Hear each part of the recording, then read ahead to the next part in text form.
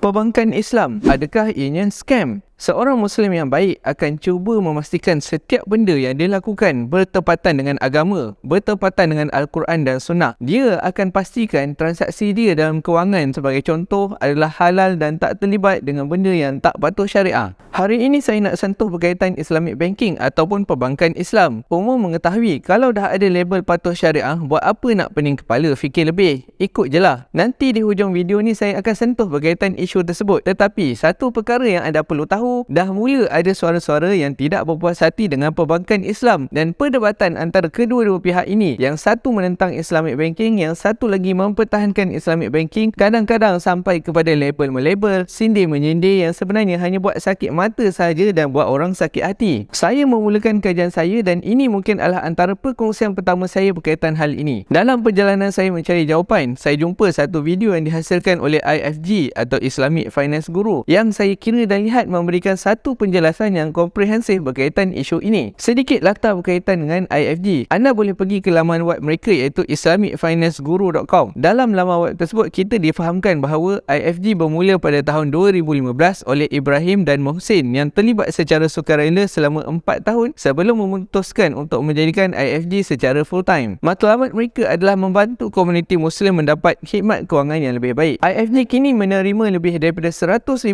pengunjung sebulan dengan jangkauan sosial lebih daripada 4 juta. Mereka juga telah membantu dalam penghasilan lebih daripada 3,000 wasiat Islamik dan telah mempunyai pelaburan lebih daripada 10 juta pound melalui Curate Capital. IFG juga aktif dalam kempen politik untuk pelaksanaan pinjaman pelajar yang halal dan sistem pension halal serta diiktiraf dalam senarai Forbes 30 Under 30. Saya mula terjumpa IFG ni pun waktu saya nak cari apakah senarai koin-koin kripto yang patuh syariah. Tanpa melengahkan masa lagi, mari kita mulakan. Ibrahim, host dalam video tersebut, bermula dengan menyebut perbandingan bank konvensional dan bank Islam. Katanya, bank konvensional panggil kadar faedah atau interest rate, manakala bank Islam menyebutnya sebagai kadar keuntungan atau profit rate. Bank konvensional akan mengambil harta anda jika anda gagal bayar, manakala bank Islam pun akan mengambil harta anda juga jika anda gagal bayar. Bank konvensional memberikan wang kepada anda untuk pembiayaan rumah dan bank Islam juga melakukan perkara yang sama. Bank konvensional menggunakan sesuatu yang dipanggil perbankan rizab pecahan, fractional reserve system, di mana mereka hanya ada simpan sejumlah rizab wang dan meminjamkan jauh lebih banyak daripada wang yang mereka ada, dan bank Islam pun melakukan perkara yang lebih kurang sama. Semua ini menimbulkan persoalan, adakah perbankan Islam hanyalah pada nama sahaja? Dia berkata, banyak soalan yang ditanyakan dalam komen beberapa kali. Adakah perbankan Islam ni macam babi tapi ada janggut, musang berbulu ayam? Adakah perbankan Islam hanya menipu kita? Mula-mula sekali kita kena bezakan debt financing, pembiayaan secara hutang, dengan equity financing, pembiayaan secara equity atau pemilikan. Dekat sini saya ingat tak perlulah nak kata gantikan pinjaman dengan perkataan pembiayaan, sebab financing loan pun boleh kata debt financing, pembiayaan secara hutang. Yang pertama, pembiayaan hutang. Sebagai contoh, anda ingin membeli sebuah pensel. Pensel tu harga dia RM2. Anda tak ada RM2. Jadi anda pergi ke Jeremy dan berkata, lihatlah Jeremy, boleh tak kamu bagi saya RM2 sebagai pinjaman dan saya akan bayar kamu semula RM5 kemudian. Jeremy setuju dan memberi anda pinjaman tersebut. Anda pun belilah pensel dan kemudian dalam tempoh 6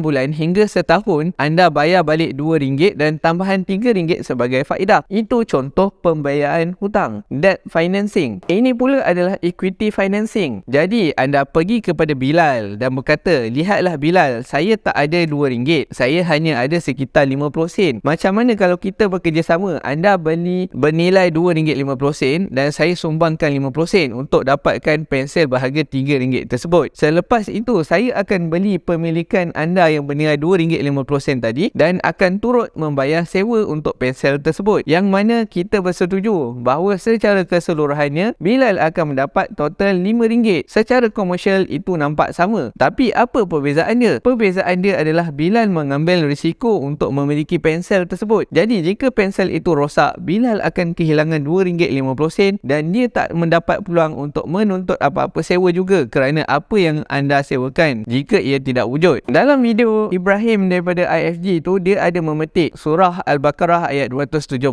yang bermaksud orang-orang yang memakan, yakni mengambil riba itu tidak dapat berdiri betul melainkan seperti berdirinya orang yang dirasuk syaitan dengan terhoyong-hayang kerana sentuhan syaitan itu. Yang demikian ialah disebabkan mereka mengatakan bahawa sesungguhnya berniaga itu sama sahaja seperti riba. Padahal Allah telah menghalalkan berjual beli, yakni berniaga, dan mengharamkan riba. Oleh itu, sesiapa yang telah sampai kepadanya peringatan, yakni larangan dari Tuhannya, lalu ia berhenti dari mengambil riba, maka apa yang telah diambilnya dahulu sebelum pengharaman itu adalah menjadi haknya dan perkaranya terserahlah kepada Allah. Dan sesiapa yang mengulangi lagi, yakni perbuatan mengambil riba itu, maka itulah ahli neraka, mereka kekal di dalamnya. Ayat-ayat dalam bahasa Arab menyatakan bahawa mereka mengatakan kedua-duanya hampir sama, tapi Allah mengatakan bahawa terdapat perbezaan, satu diharamkan dan yang lain tidak. Dan seperti yang telah kita bahas, ia mempunyai implikasi material dalam profil risiko dan ganjaran, serta dunia yang dicipta oleh jenis pelaburan ini berbeza dengan dunia yang dicipta oleh ekonomi berdasarkan faedah ataupun interest. Satu perbezaan yang sangat ketara ialah apabila anda hanya memberikan hutang, Jeremy tak peduli pun apa yang terjadi pada pensel atau kualiti pensel atau apa-apa berkaitan dengan model perniagaan yang akan anda gunakan dengan pensel itu. Dia hanya mementingkan bahawa anda memberi balik RM5 pada akhir tahun itu. Walau bagaimanapun, Bilal sebaliknya benar-benar peduli tentang pensel kerana itulah yang dia laburkan, dan dia mempedulikan model perniagaan anda kerana itulah yang akan memberikannya sewa. Oleh itu, penilaian dan analisis yang dijalankan oleh orang Islam dalam ekonomi secara keseluruhan menjadi lebih baik. Itu adalah secara teorinya. Disebabkan kes macam Jeremy yang langsung tak kisah tentang apa berlaku terhadap underlying asset, iaitu pensel tadi, itulah yang menyebabkan krisis kewangan global. Waktu krisis hartanah 2008, orang memberikan pinjaman perumahan kepada orang yang sebenarnya tak sepatut pun memilikinya, dan mereka boleh buat macam tu sebab anggap ianya hanyalah hutang, dan mereka dapat memanipulasi hutang tersebut tanpa lagi melibatkan mereka dan tanpa memberikan risiko kepada mereka. Manfaat lain bagi ekonomi secara keseluruhan sekiranya kita follow cara equity financing seperti dalam kes Bilal tadi adalah terdapat lebih banyak inovasi berlaku kerana orang terpaksa membuat pelaburan dengan risiko yang besar. Biasanya apabila anda mengambil risiko tertentu, kemajuan dan inovasi akan berlaku. Mungkin macam mana cara nak jaga pensel tu supaya tahan lama ke, sebagai contoh. Walau bagaimanapun, Ibrahim menyatakan juga bahawa ada juga sebahagian bank Islam cuba untuk melakukan manipulasi dalam usaha untuk meniru struktur konvensional, dan mereka bukannya berminat sangat untuk fokus cara sebenar yang Islamik dan mencapai tahap kesempurnaan dalam pembiayaan Islamik ataupun Islamic financing ni tadi. Ramai bank Islam, dia ada kaki tangan dan pemimpin yang bukan Islam. Ini bukanlah untuk memburukkan mereka dalam apa jua cara. Namun ia menjelaskan bahawa pada akhirnya, bank Islam adalah organisasi yang berorientasikan keuntungan dan mereka cenderung memilih pilihan yang akan memberikan mereka keuntungan yang terbesar, dan biasanya dengan menyesuaikan diri dengan struktur konvensional sebanyak mungkin. Sebab berdasarkan sistem konvensional, bank mungkin ada RM1 juta je dalam bentuk aset, tetapi mereka sebagai bank ada lesen untuk bagi pinjaman atau pembiayaan sehingga berkali ganda, mungkin 5 ke 10 juta ringgit. Barulah untung macam tu. Itulah yang dinamakan sebagai fractional reserve system, cetak duit. Oleh itu, bagi bank Islam, jika tak ada tekanan daripada luar, tak ada orang cuba buat perubahan, apa yang biasanya mereka akan lakukan ialah mencuba meniru sebanyak mungkin struktur konvensional dan kemudian memastikan bahawa mereka membuat beberapa penyesuaian kosmetik, makeup agar memenuhi syarat untuk patuh syariah. Sebagai contoh, bank Islam tidak biasanya menggunakan struktur yang melibatkan Bilal dan penyewaan pensel. Mereka menggunakan sesuatu yang dipanggil murabahah atau tawaruk komoditi, dan mereka menggunakannya dengan sangat kerap dan eksesif. Murabahah komoditi berfungsi seperti ini. Misalnya, anda memerlukan pinjaman sebanyak RM100,000. Anda pun pergilah ke bank dan meminta mereka untuk beli RM100,000 besi untuk anda. Bank beli besi tersebut dan berikan kepada anda. Tetapi anda perlu membayar RM150,000 yang perlu dibayar semula dalam masa setahun. Anda kini ada besi bernilai RM100,000 harga asal. Anda menjual semula besi itu ke pasaran besi dan menerima kembali RM100,000 sebab memang harga market dia adalah RM100,000. Sekarang anda dah ada wang tunai RM100,000 dan anda dah tak ada besi tu sebab dah jual. Mungkin besi tu kembali ke tempat yang sama seperti tempat yang bank beli mula-mula sekali sebelum bank jual jual dekat anda dengan harga RM150,000. Mungkin besi itu tak bergerak pun dari tempat dia. Yang bergerak hanyalah duit. Jadi, bank sekarang dah jual besi itu dekat anda dengan nilai RM150,000. Maka anda pun kenalah bayar angsuran. Kalau anda habis bayar, sah-sah bank untung RM50,000. Anda pula tadi dah ada duit dalam tangan RM100,000, betul? Sebab apa? Sebab anda jual besi. Jadi tak ada sebarang pinjaman sebenarnya berlaku kat sini, yang ada hanyalah jual beli. Ulama dan ahli ilmu telah membenarkan ini dan menetapkan garis panduan yang ketat dalam hal bagaimana ia harus dilakukan. Dalam masa yang sama, ada juga ulama dan ahli ilmu yang berpegang untuk tidak membenarkan, sebab semuanya nampak fishy dan nampak macam nak pusing je. Yang membenarkan beritahu boleh melakukannya atas alasan yang sangat mudah, iaitu anda memerlukan pendekatan yang mudah agar bank-bank Islam boleh merasa selesa dan mula beroperasi. Bolehlah ada kickstart untuk melawan bank konvensional. Walau bagaimanapun, 30 hingga 40 tahun dah berlalu sejak bank Islam dimulakan dan kita masih menggunakan struktur murabahah komoditi. Bank-bank Islam masih menggunakan penyelesaian temporary atau sementara yang dibenarkan untuk memulakan operasi mereka. Adakah itu apa yang dikehendaki oleh syariah? Tak sama sekali. Bagaimana kita memperbaikinya? Inilah apa yang dikatakan oleh Ibrahim dalam video beliau. Langkah penyelesaiannya bukanlah dengan menyalahkan bank-bank Islam semata-mata dan semuanya akan settle mengikut pendapat kita. Kita mesti menghargai bahawa kita beroperasi dalam sistem di mana 97% dari bekalan wang kita dicipta melalui penerbitan hutang ataupun duit. Oleh itu, struktur asas ekonomi kita berdasarkan pemberian pinjaman berasaskan faedah, interest, dan dalam sistem itu, jika anda cuba mencari kewangan Islam, maka anda akan sentiasa bermain-main dengan garis sempadan. Itulah sebabnya kenapa isu perbankan Islam ni adalah sesuatu yang kompleks, sebab mereka sedang bermain-main dengan garis sempadan. Katalah kita ada beberapa bank Islam dan kita pun beritahu bank-bank Islam ini bahawa kita mahu mereka menjadi sepenuhnya patuh syariah. Apa yang mereka perlu buat? Mereka mesti tinggalkan motif keuntungan. Bank tak sepatutnya mengharapkan keuntungan. Bagilah pinjaman one to one. Kalau bagi pinjam RM50,000, pulang balik RM50,000. Mungkin kalau ada upah perkhidmatan ke apa, adalah dia punya rules yang tertentu. Tak sepatutnya ikut berapa banyak yang dipinjam. Kalau bank itu ada aset atau duit berjumlah RM100 juta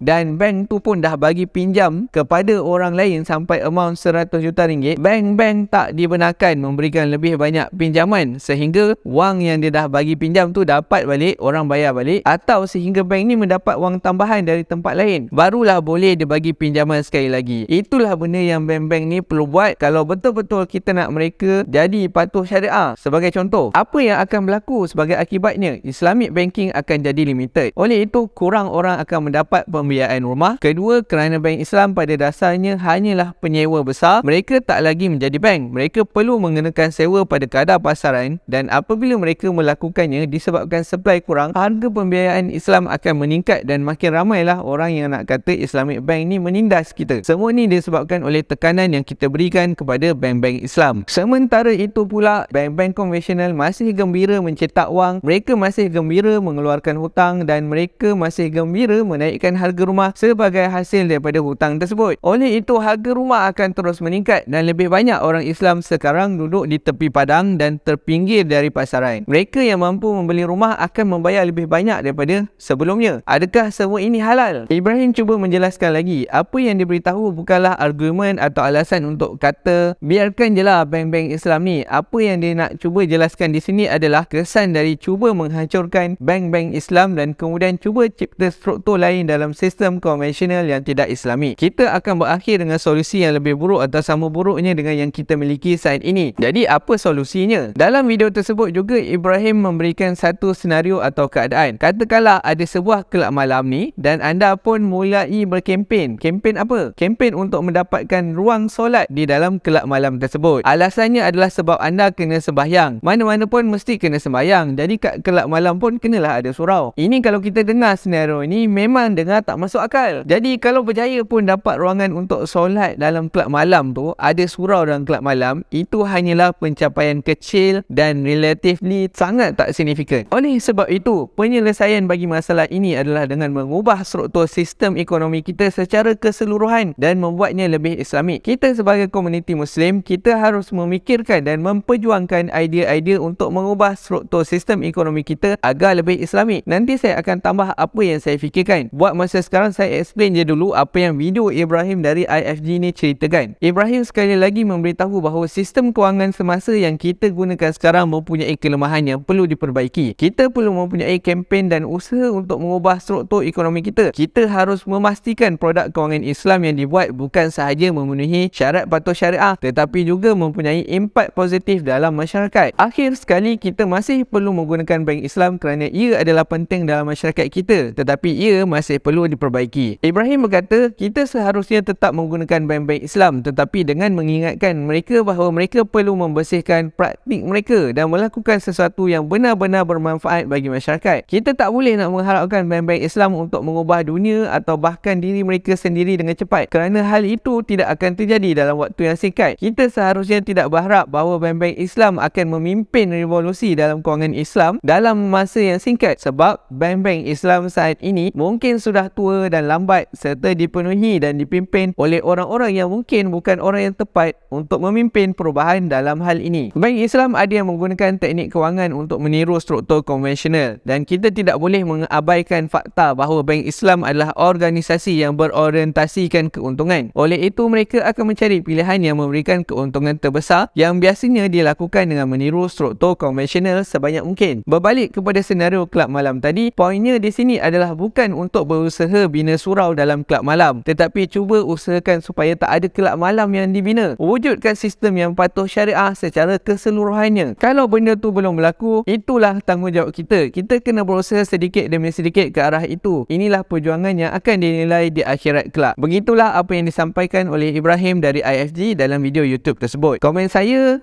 tak penting, tapi ini adalah pendapat peribadi saya. Kita janganlah ingat apabila ada ulama atau ahli ilmu memberikan status patuh syariah maka itu pun sudah memadai. Kalau ada ulama atau ahli ilmu yang turut memberikan pandangan yang lain sebab mungkin mereka melihat ada sesuatu yang salah, maka tugas kita adalah membandingkan pendapat mana yang lebih dekat dengan kebenaran yang kita boleh terima dengan rasional dan hati yang tenang. Kalau anda tak perlu buat pinjaman, tak perlulah buat. Kalau perlu juga, sebagai contoh nak beli kereta atau rumah, beli berdasarkan kemampuan dan cubalah pinjam tanpa faedah dari ahli keluarga atau kawan-kawan yang rapat. Mungkin bukanlah total amount untuk beli rumah atau kereta, tapi untuk bayaran muka yang lebih besar supaya dapat kurangkan pembiayaan dengan bank. Dah ada arrangement dengan bank, usahakanlah supaya dapat selesaikan dengan cara yang paling cepat. Gunalah teknik snowball ke, teknik avalanche ke. Teknik-teknik tu anda boleh cari dekat YouTube, dekat Google. InsyaAllah ada masa saya cuba buat berkaitan dengan topik tersebut. Arrangement dengan bank pula tu anda kenalah fahamkan betul-betul. Kalau Islamic dia mesti ada kontrak yang berkaitan, bukan directly adalah pinjaman. Kalau mindset anda memang terus-terus anggap pinjaman dan main hentam je ambil asal dapat duit, anda kena fahamkan tentang riba dan besarnya dosa riba. Kalau dah faham tapi buat tak kisah je, memang dosa besar lah jawabnya. Anda pula yang tonton video ni macam mana? Apa yang anda fikirkan? Sebelum anda nak tulis komen, pastikan komen secara ilmiah. Elakkan emosi, elakkan melabel atau menyindir. Jumpa lagi dalam video-video yang akan datang.